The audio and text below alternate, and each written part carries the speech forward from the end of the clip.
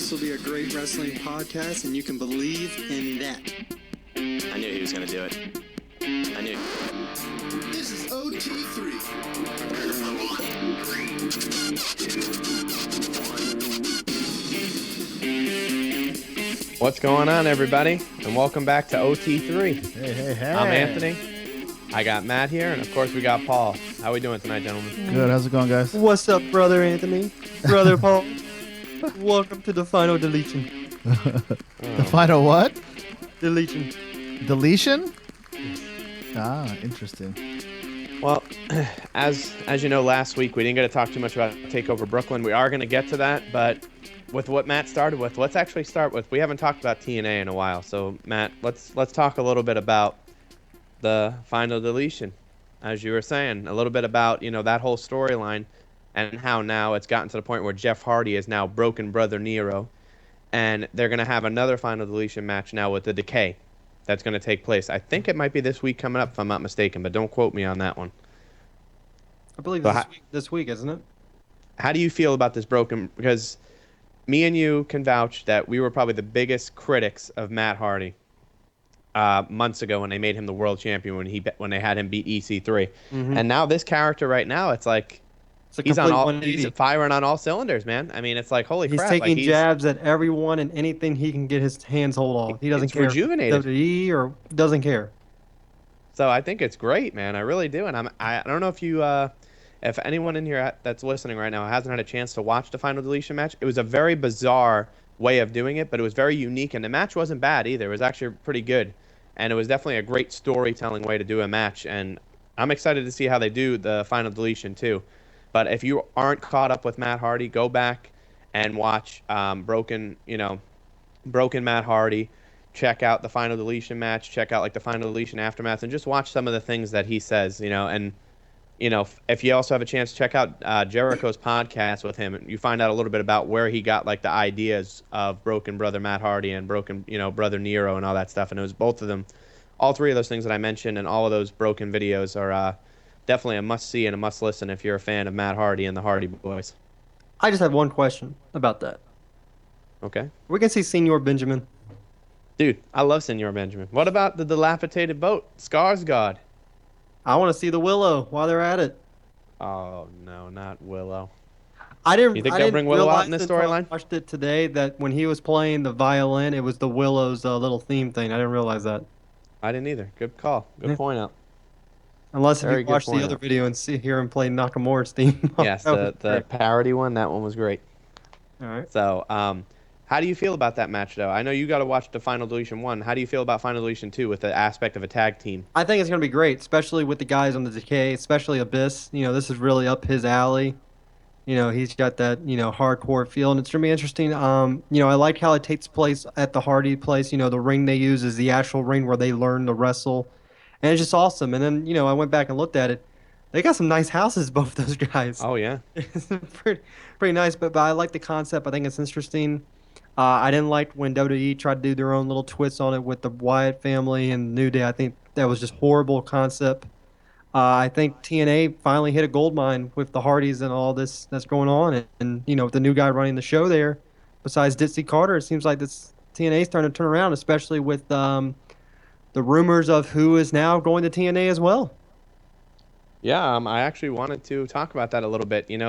They got recently, look in the last few months, Mike Bennett going back a little bit further, but they got Mike Bennett. They got Moose. Now they have Aaron Rex, formerly Damian Sandow. And now the biggest rumor, which you're talking about, is Cody Rhodes. He won't exclusively be on a contract, but they're saying that he will, which will be a really cool thing to see too. He'll be showing up in TNA and ROH as, as a wrestler on both sides and not being exclusive to any of the deals. And right away, you got to think that if Cody Rhodes shows up in TNA, one of the matches he put on his list of people he wanted to face was Mike Bennett, and we've seen that match happen already. But what about seeing it, constantly on Impact? I think things are looking great. Can we not forget about Rhodes Scholars now are going to be together again? Oh, could they possibly form again? Exactly. I didn't even think about that. That'd be awesome. Make a stable of all former WWE superstars. Take over TNA. Don't forget, you still have, maybe with more people coming over. Just saying, they tried to get Del Rio before. Maybe Del Rio is like, you know what, Sandow's there, Rhodes is there, like Galloway, like these guys, Moose went there, Bennett, like they're starting to on the up and come again.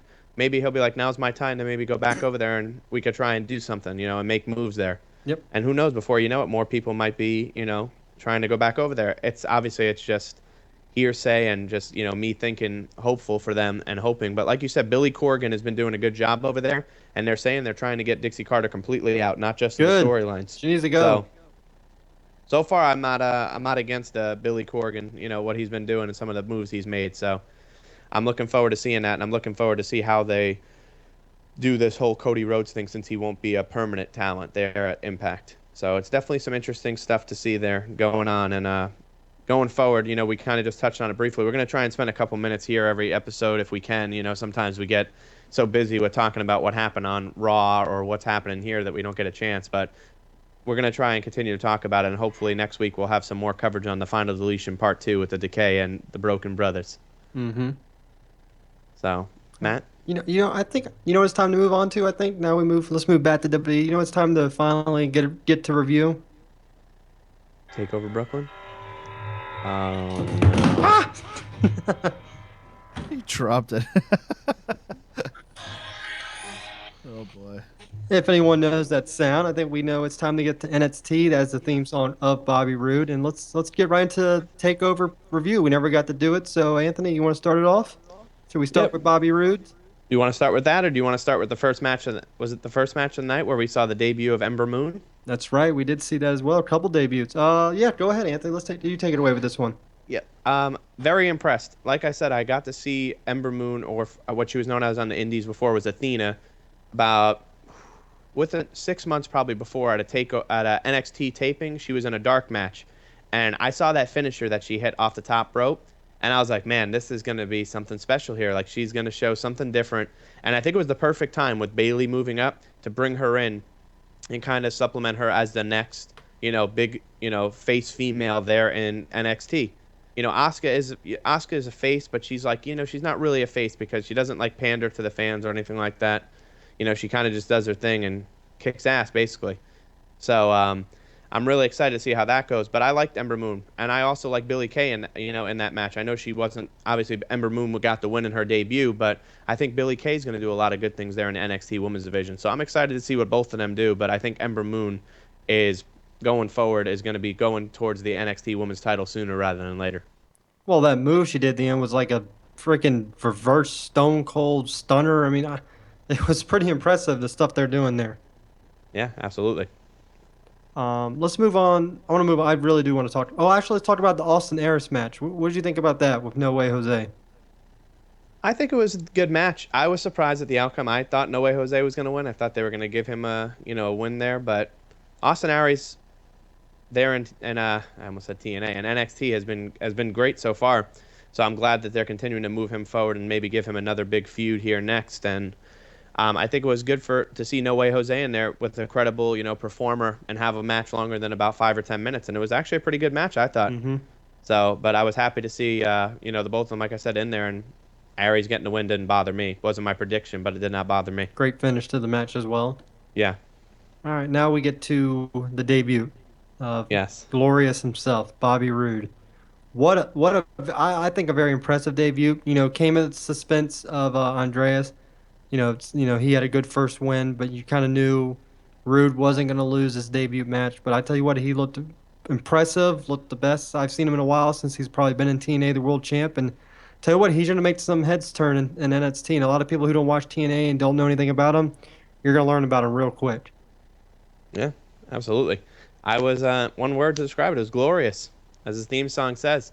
Bobby Roode, his entrance, the way he came down to the ring, the way the match was, it was great, and it shows you what Bobby Roode brings to the table and how it's going to be a very big addition to the roster, not just in NXT, but when he does go to the main roster, and I'm excited to see what they do with him next. I'm anticipating that he's going to be in the title picture here shortly as well. I think Joe will get his rematch, and then we'll see how that goes. The one thing we didn't talk about with the Austin Aries match, I want to say too, was Atami returned and attacked Aries after the match, which set up a huge feud that will be great to see. And it's great to see Atami back, that he'll be around regularly now because he was out for over a year with that shoulder injury. So I'm excited to see that too, that feud, and what Rude goes with next from here, since he did beat Andrade, and how they rebound, how they play that storyline, because those Amos and No Way Jose are going to be great down there too. So I think that, it's not as much big names as it was before when you had Finn and Owens and Zayn and Neville all there. But these guys are going to surprise people, and I think that this next wave of NXT is going to be another one that's talked about as well when the new wave comes in, a year from now. No, I completely agree with you. I think all three of those beginning matches were all amazing. Way to debut Newtown NXT. And one of the other early matches we didn't even get to talk about were the Revivals match, where I know personally, I know you did too. We thought they were going to lose those titles that night. I mean, so many near pinfalls. The ending was amazing. What did you think about? I thought that almost was match of the night. What did you think about it? Yeah, I think Gargano and Ciampa to me was the match of the night. I thought that they, wow, the match was fantastic. It really was. Gargano and Ciampa were just given everything they have. I mean, like you said, the double team moves to just, when Johnny Wrestling was in the ring, taking out both of them, trying to secure a pinfall. It was just everything possible, and then the Revival finally winning it. It was like a bit of a oh man, like everyone was rooting for them, and they got behind them. So it's great to see them finally boost this team too, because there really was a void for a tag team with American Alpha leaving, and that was really the team that everyone was rooting for. When Alpha left, it was kind of like, all right, where do we go from here? So it was great to see these guys. As you said, you got Authors of Pain, but they're a heel team, and then you got TM61, who's up and coming here in NXT. They did their work around the world, but now they're here in NXT, so we're excited to see that too. But I'm hoping they keep around Gargano and Ciampa in the tag team title picture and maybe get another rematch, because that was a really, really good match to watch, and my opinion was the match of the night. Yeah, definitely. I can agree with that. We move on to the other title match of the evening, Bayley versus Asuka, and I think it pretty much went the way we all thought was going to happen. Bayley was going to put up a great fight, but in the end, the rumors of her going up to the main roster, she did end up going up the next night, but you knew it was going to happen. You knew Asuka was going to get the win because Bayley was going up. But it was a very impressive night. Very, farewell to Bayley. I think she even went out and hugged. What's that girl's name? Sasha, Becky, and No. Oh my God, Her number one fan. Jesus, I see it in my head too. Izzy. Yep. I'm gonna say Went out, gave her a hug. Now it's real quick. You're down there. Does she live down there? I'm assuming if she goes to all the live events. She's at all the live events. She's at the Takeover She's at NXT tapings at Full Sail. Like every time I've been there. So she I'm must gathering. She must live down there. Yeah. Then. Yeah, did that, and then it was kind of cool that she went to Sasha and Becky, and I think it was even better that she even went to Charlotte. The whole, Charlotte's a heel, blah blah blah, but it still shows, all these women, the four horsemen, have respect for each other. It was a great match. Almost like, a passing of the torch to Asuka. Now it's her turn to take the mantle. So what did you think of the match? Yeah, I agree with you. I think it was a good match as well. Every match on this card, for the most part, I didn't have any. It was nothing worse than average, but most of these matches were good to great matches.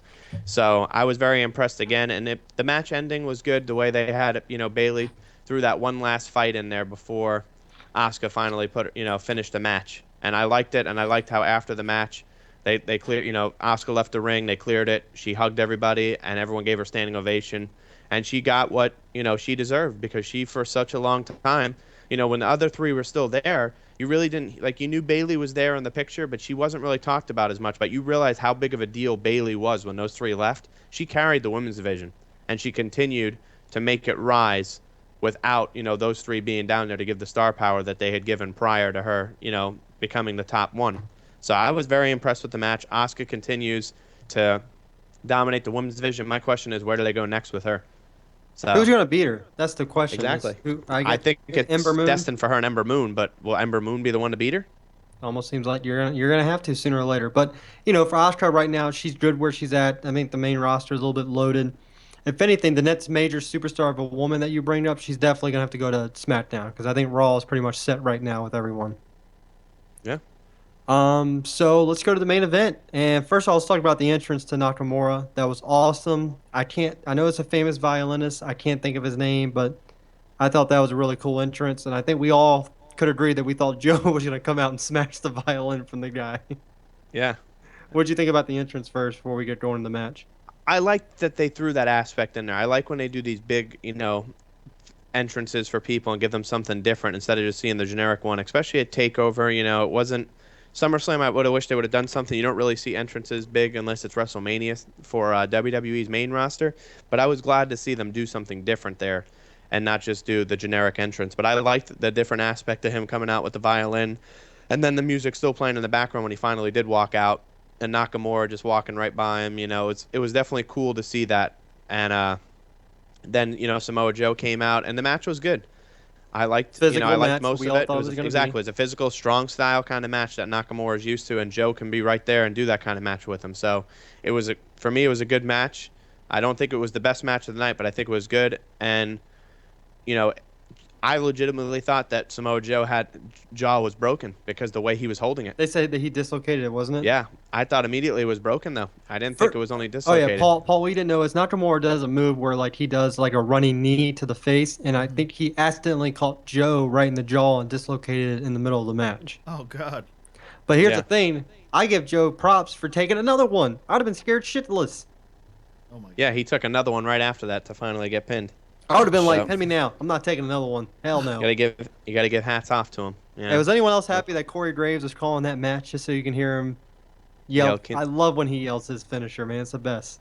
It is. It definitely makes that move even more. When you have that, like how JR, when he would call certain things like Stunner for Stone Cold, it just had that different feel to it. You feel that when he calls it for Nakamura. So Yep. Better than SummerSlam? yes, I agree with you. I think it was better than SummerSlam. no hesitation in my voice, man.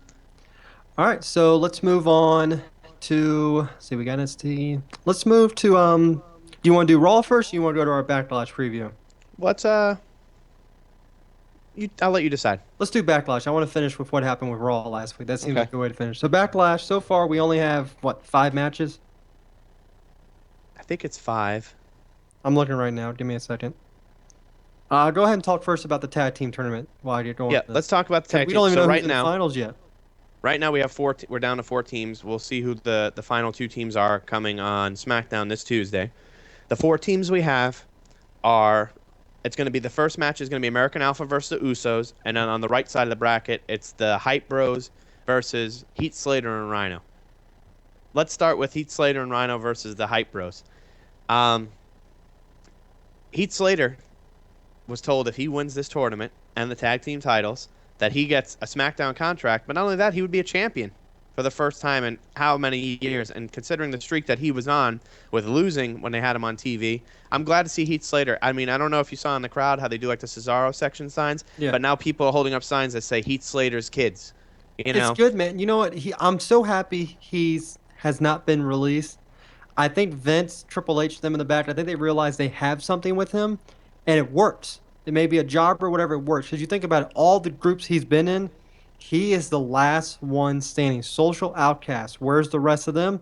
He's the last one standing. You almost could say in that. NXT. I mean, the Nexus. I'm sorry.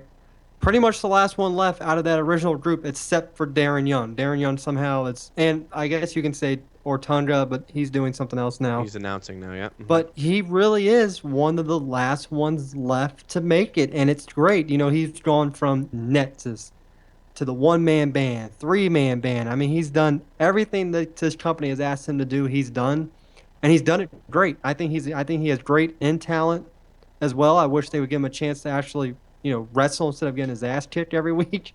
Yeah. But I think they have something golden with Heath Slater, and I think they know he's over with the crowd. And I think sooner or later it's gonna cash in for him. Speaking of that, real quick, if I would have told you that the 7 Nexus guys, Heath Slater would be the last one when they started, Nexus 6 years ago, would you believe me that Slater would be the last one standing? No, out of the I 7? thought Wade Barrett. I thought it would be the whole way. I thought Barrett would have been a world champion. I really did. I mean, you have Daniel Bryan, but technically he got kicked out. He because- wasn't in Nexus, yeah, when they were showed up on. He ended up showing up on Team WWE eventually. But back to the main thing there, the Hype Bros. We didn't really talk about them. I'm not against the team. I'm still not 100% sold. I understand they're doing it for Mojo, and it gives riders something different to do, and it helps Mojo. What I see But with them is a heel turn for Mojo, month or two down the road. I think once they get maybe a couple more established tag teams in that division, I see that happening because I feel like Mojo, he has the looks of a heel, and I feel like he's teased it. Like really, when Heath Slater, or not when Heath Slater, when Ryder faced Rusev at the pay-per-view, I thought Mojo was gonna come in and then turn on Slater. To be honest with you, You thought so? I thought that was actually gonna happen. But as of right now, I hope it's Rhino and Slater in the final, which I think it will be. That's my prediction. Since we're doing this leading into the Backlash prediction, since we're gonna see who our two teams, I'm going with Rhino and Slater as well to beat the Hype Bros. And then on the other side now, this is where it's hard because this is before I even knew what the brackets were. I thought it would be American Alpha versus the Usos in the finals, causing the Usos to turn heel and then win the titles from American Alpha. This way, Alpha had someone credible to beat, and have feuds with. I'm gonna stick with American Alpha. In this, like I said, if it was the finals, I would have went with the Usos. But to go to the finals, I think it's going to be American Alpha to go to the finals over Rhino and Slater. And I think that'll cause the Usos to kind of be like, because I'm talking smack, they're like, yeah, these young bucks think they're it. We were them before, we knew what it was like to be young and hungry. But they got to know that we've been here a while. So I think that it's going to, kind of tick the Usos off, and they're not going to be too happy about it. And I think you might see a heel turn from the Usos at Backlash, costing them the match. I'm with you 100% on the whole thing.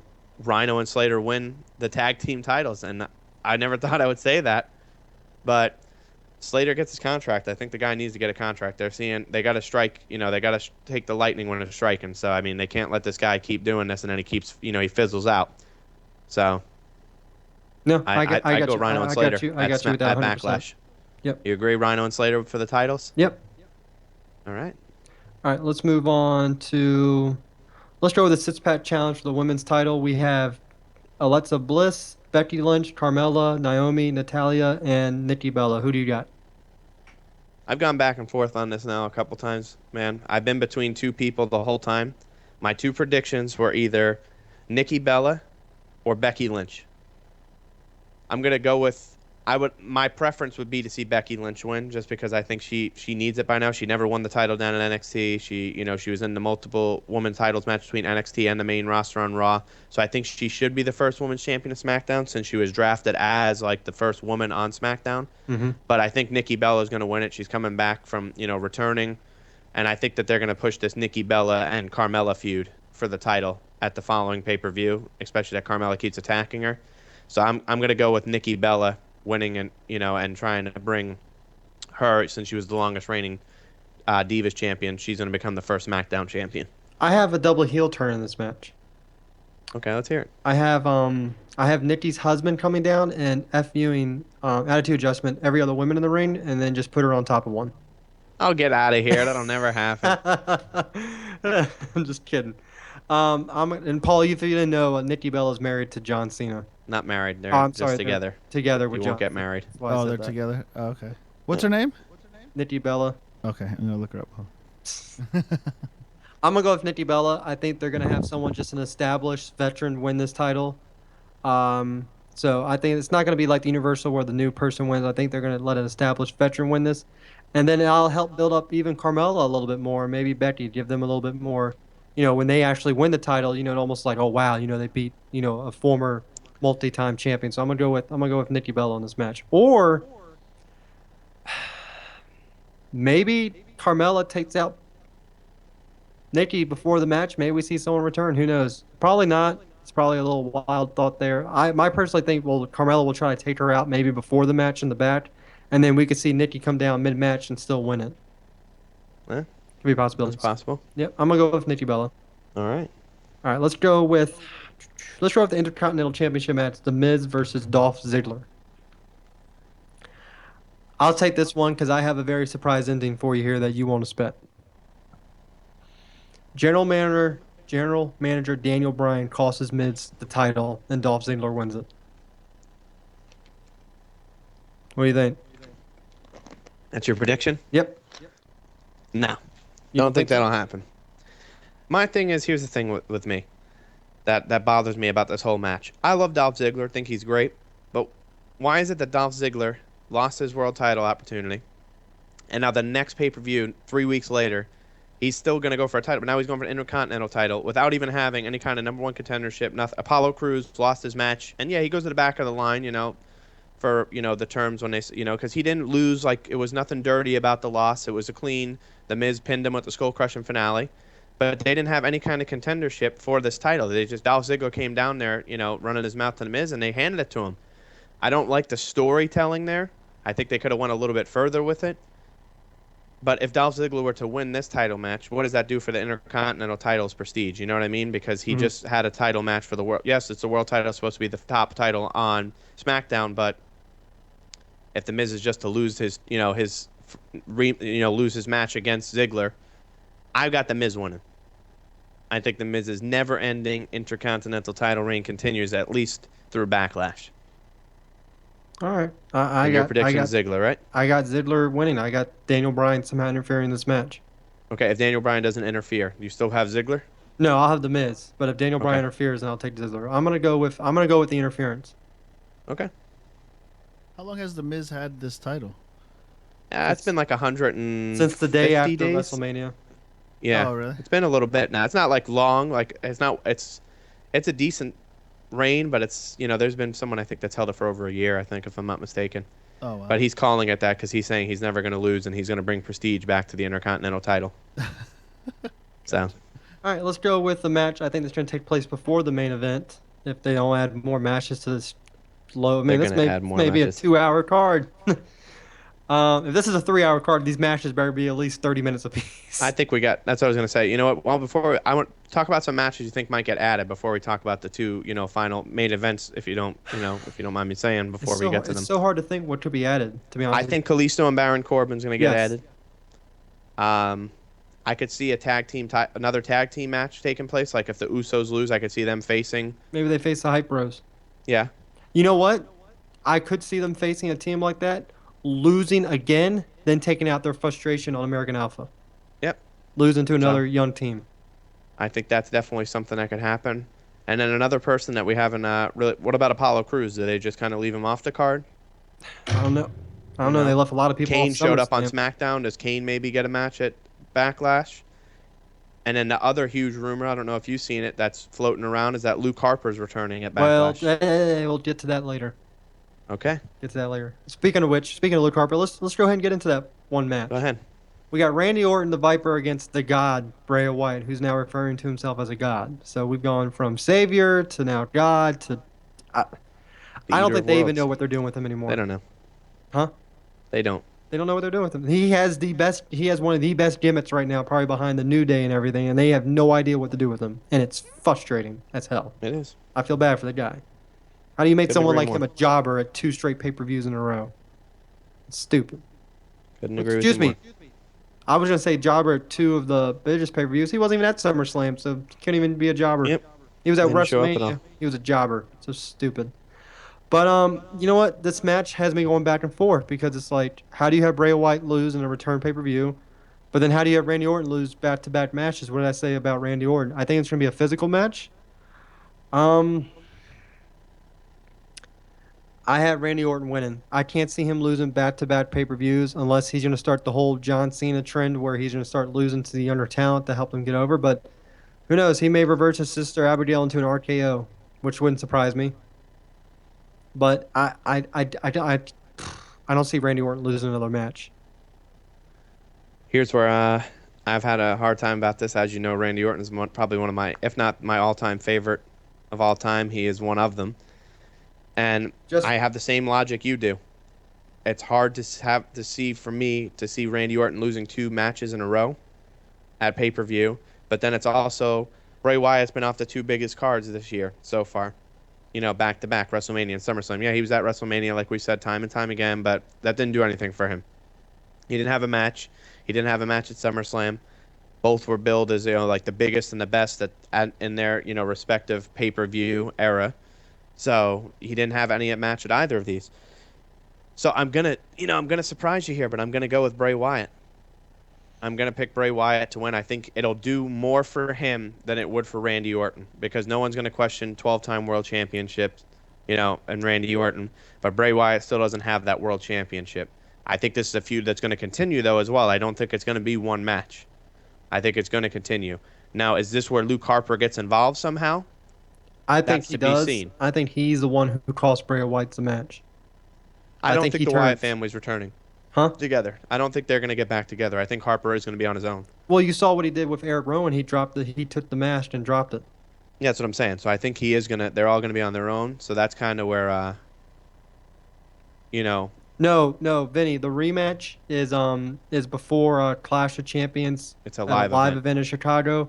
They haven't announced if it's going to be on the network or not. So It's we'll not. probably see Randy Orton will probably win and no one will see it. And it's probably, you know what? Doesn't surprise me. Lesnar probably doesn't want to lose with people watching them.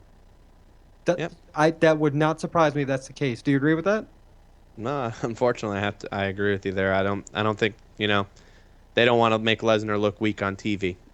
Weak, I'm quoting, by him losing to Randy Orton. So that's. Oh, he yeah. asked if the live match happened. No, it's in Chicago, the night before Clash of Champions. Who knows? Maybe CM Punk will be in attendance. Yeah, I'm That'd be sure. Yeah, awesome. and that'll be getting chanted the whole time. But It definitely, and it's not a live event. I mean, it's not on TV, so they won't stop anyone from doing it. I know this is kind of off. But speaking of live events, I don't know if you saw, but Triple H announced that on I think it's December 4th that saw NXT that. will be live in Japan. Is that a takeover or just a live special? It just says live special as far as I the know next for now. takeover has also been The announced. next for takeover has Sydney. been announced. Yeah. No, the next takeover I thought was the night before Oh, sorry. Survivor Series in Canada. That's right, but then they're having there's going to be a live takeover special at Sydney as well. Okay, yeah. So They we got a announced- lot of NXT things that come up to, but you So got to it think if seems like- that match Go ahead. happens in Japan, you got to think it's going to be Nakamura versus Tommy.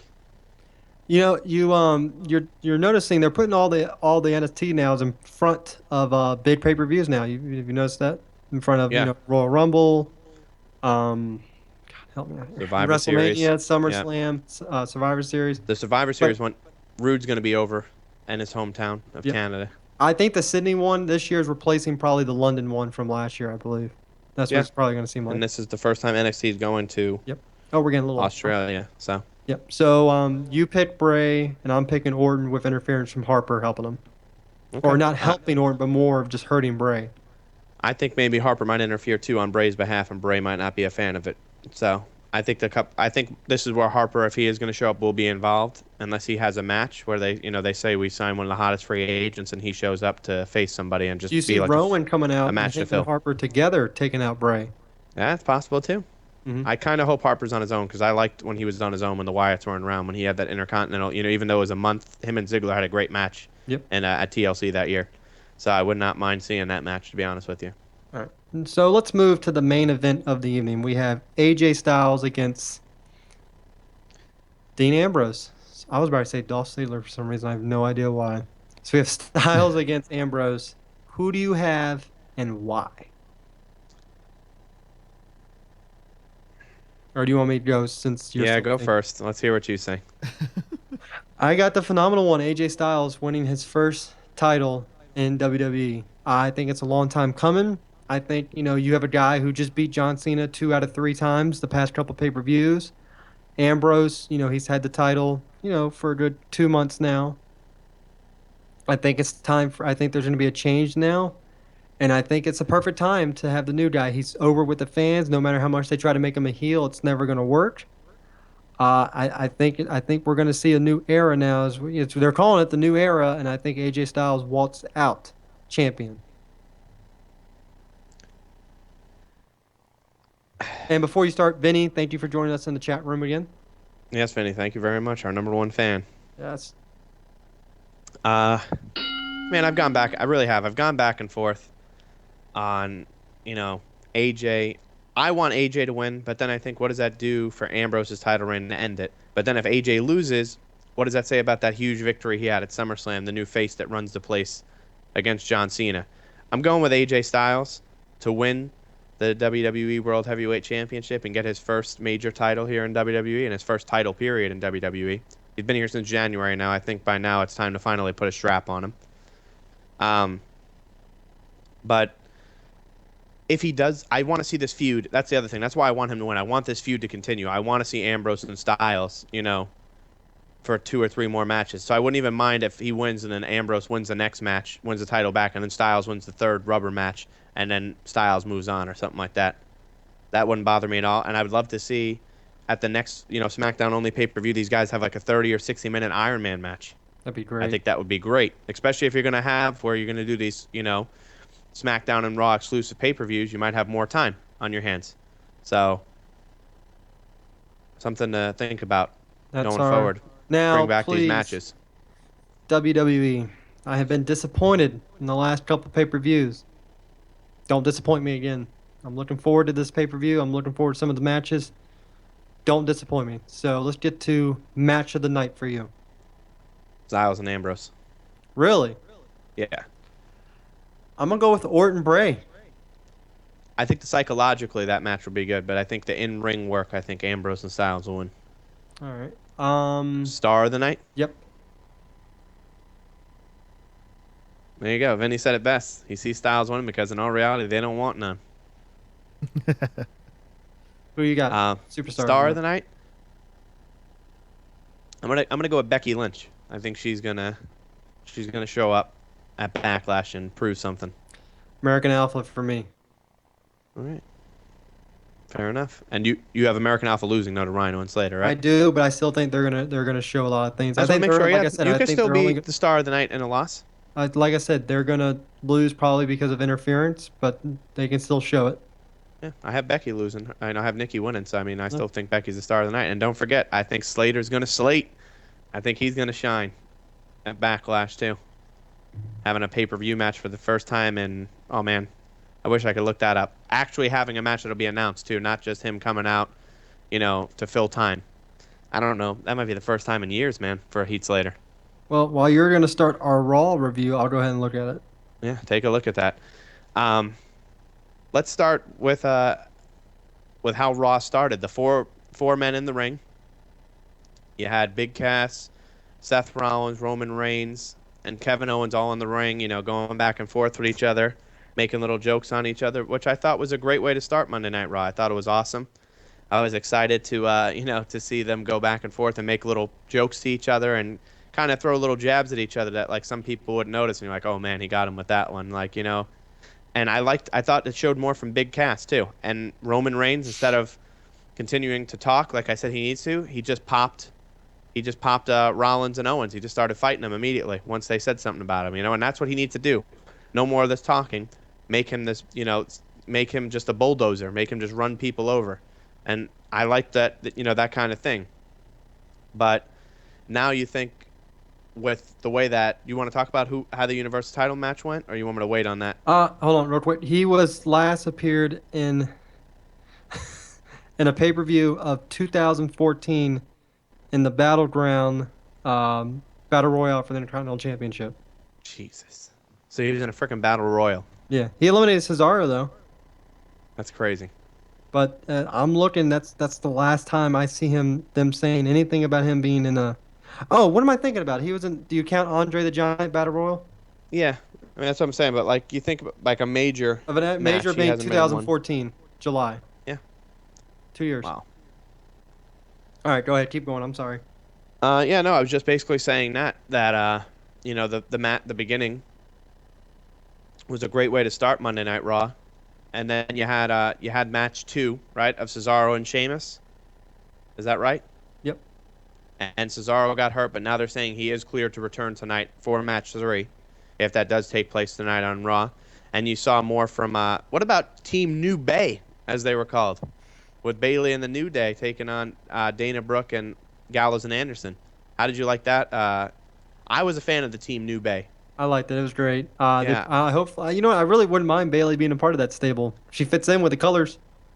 Yeah, I like it. I like the way she has that same personality where she's just very happy and just going. What she did was great. I liked it adds like a little different thing. Because the New Day's gonna be fighters, but Bayley wants to hug. But Bayley, when she gets in the ring, she won't. She's not afraid to get in there and scrap and win championships and win matches. So, I'd like to see that stable, or however, if they just make her into the New Day, I'd like to see that continue on Raw because it's something that interests me, and maybe see more matches between the New Day and Bayley versus Gallows and Anderson with Dana Brooke. Mm-hmm. Ready for the main event? Yeah, real quick, sorry, I just breaking news I just got on my phone that Kevin Owens will have a championship celebration tonight on Monday Night Raw. Like every other. And I saw a backstage picture. He was actually wearing a suit. I hate that. Don't change. It looked like he was wearing a blazer. You know, he didn't have a tie on or anything like Good. that. It didn't look like, but Don't he still start. had. They don't need to change him. He doesn't So- need to be no corporate champion or authority champion. Of course, So now we'll he see probably how will that be. plays out. All right. Well, I guess people want to know how it happened. So, Anthony, I'll let you talk about the match. You know, we talked about it last week, and we said, how's the eliminations going to go? The elimination style added such a different aspect to it. And you know what? It made that match and that whole entire ending of Raw one of the best in years to me.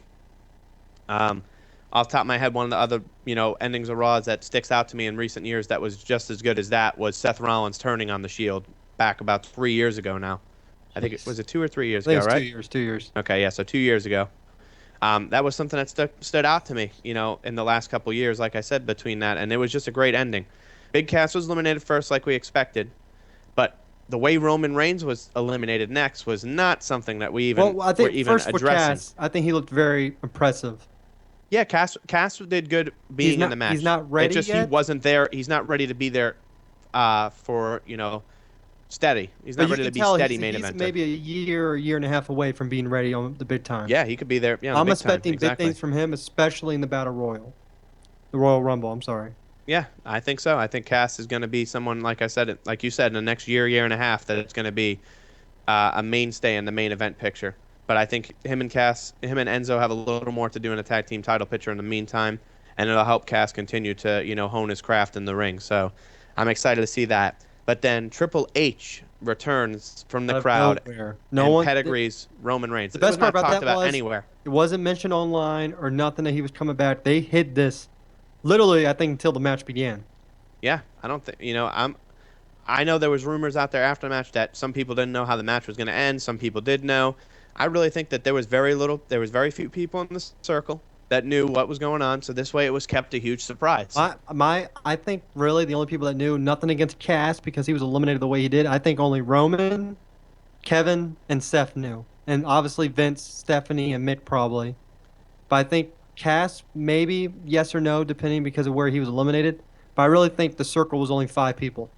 The Yeah, 3 I don't even- involved, I think and then yep. maybe 2 or 3 others. That's what I think. I think maybe the main producer, whoever it was that was working on Raw, Vince, Triple H, and the three guys that in the match knew, and that was about it. And I thought it was great. He pedigreed Roman Reigns. He picked up Rollins. He's like, "Come on, Seth, you got to get in there." Seth pins him. Then this is where it took a turn where some people didn't see. I was expecting it because it's been rumored for a long time that this match would take place eventually between the two of them. Mhm. He put Owens in the ring, and he turned to Rollins and pedigreed him. Kevin Owens' face told the whole story. He was looking at Triple H like, "Yeah, what just happened?" I think his face was the best because he was just like, "Do I pin him? What do I do?" He And then, looked like, "Do I do this or what?" yep, and he pinned Seth He crawled Rollins right over like a kid to like a Twinkie and was like, "This is mine." a kid to a Twinkie. Back to a Twinkie. And Seth Rollins ultimately now is done with the authority. There's no more authority. There's no more nothing. Well, you saw. know. I mean, you saw when he went to go get the belt. Mick did not want to give him the belt. Yeah, he didn't want Stephanie's to. acting like she didn't know what the hell was happening. And then they showed afterwards. I don't know if you saw the afterward. Rollins was going yelling at Stephanie, and Stephanie was swearing up and down. I didn't know that was going to happen. Yeah. Do you think she knew? How about that? Storyline wise, not really. Storyline wise, no. I love the authority and all. Obviously, this ain't going to affect their marriage, but I think we're going to see some friction on screen between those two. What do you think? Yeah, I think it's possible. That's about. I think it's time. I think that they're going to do something like that. I don't think Triple H is just going to show up and he's going to be like in charge with Stephanie or anything like that. I think Triple H is going to just be kind of like doing his own thing and showing up whenever he pleases. Now, here's my other question. Do you see Shane possibly, maybe, just popping up once in a while and being telling Stephanie, "Look, I told you, shouldn't have trusted him. Told you this from the beginning. He wants to take over everything for himself." I think that'll take place closer to like maybe Survivor Series, and that'll maybe down the road, and then having a Shane, versus Stephanie's, Team Raw versus Team SmackDown, or maybe Triple H being in the match or something like that. Mm-hmm. Something like that I could see happening more towards like the next, when it's both shows together. Okay. So I could see that definitely happening down the road here in Survivor Series in November. But I think for now that they're going to continue to build off of this, Triple H and Stephanie tension on TV. And I think you might end up turning out, a couple weeks from now that Stephanie knew the whole time and she was just playing Mick Foley, So, but definitely excited to see what Kevin Owens has to say, how much he knew about the situation. Are they going to play out that Triple H is helping the NXT guys, and that's why Triple H wasn't around, because he was busy taking care of the third brand that no one ever talks about, you know, and just kind of like saying that they're the guys, and maybe they start having NXT guys showing up sooner on Raw and SmackDown. Now, how are you excited? Are you excited for Seth Rollins babyface now? I think Seth Rollins, the fans already loved him. Do you see the Shield? I see maybe Roman and Seth working together again. Do you think Roman will be like, all right, you know? Do you see something? We have a going common along enemy. where Roman's like, look, I told you from the beginning this was a bad idea. I told you 2 years ago. And you see kind of Seth keep coming back to him like, look, man, I need your help. I need your help. And Roman's like, no.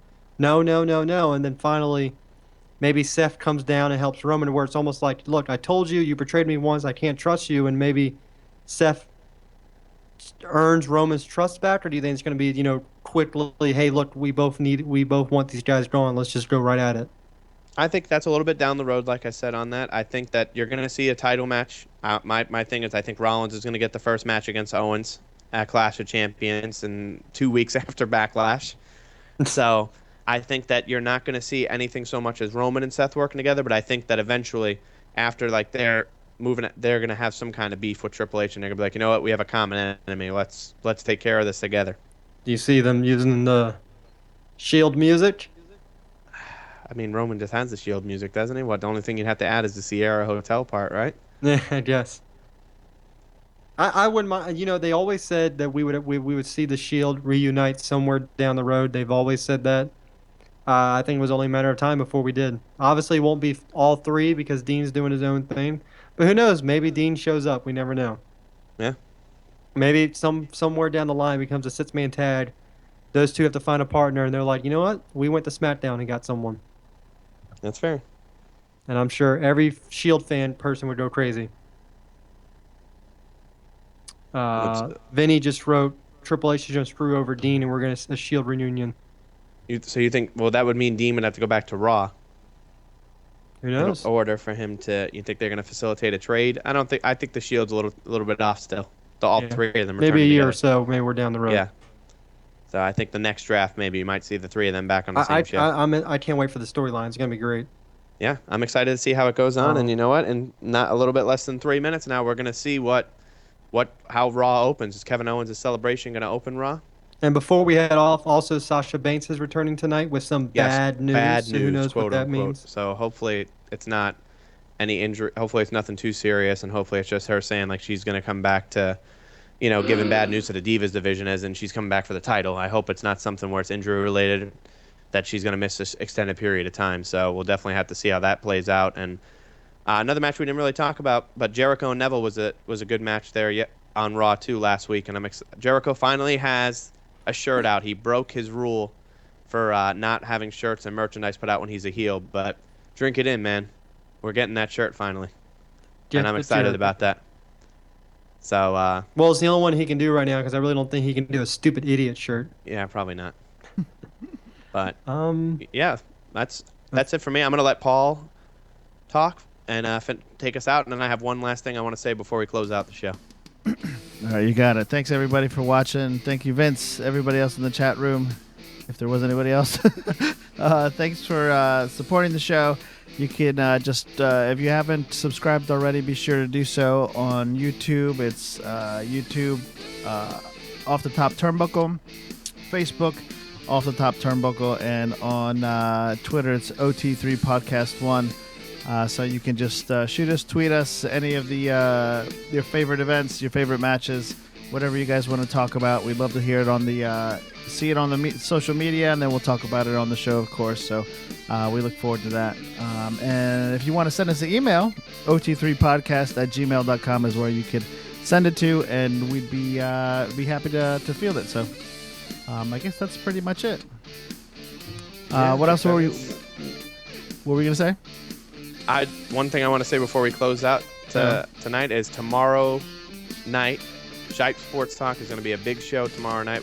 Not only will we be talking about the NFL season that starts on Thursday, but we're going to be talking fantasy football as we have our draft for the Shipe Sports Talk show taking place as the podcast will be live tomorrow night.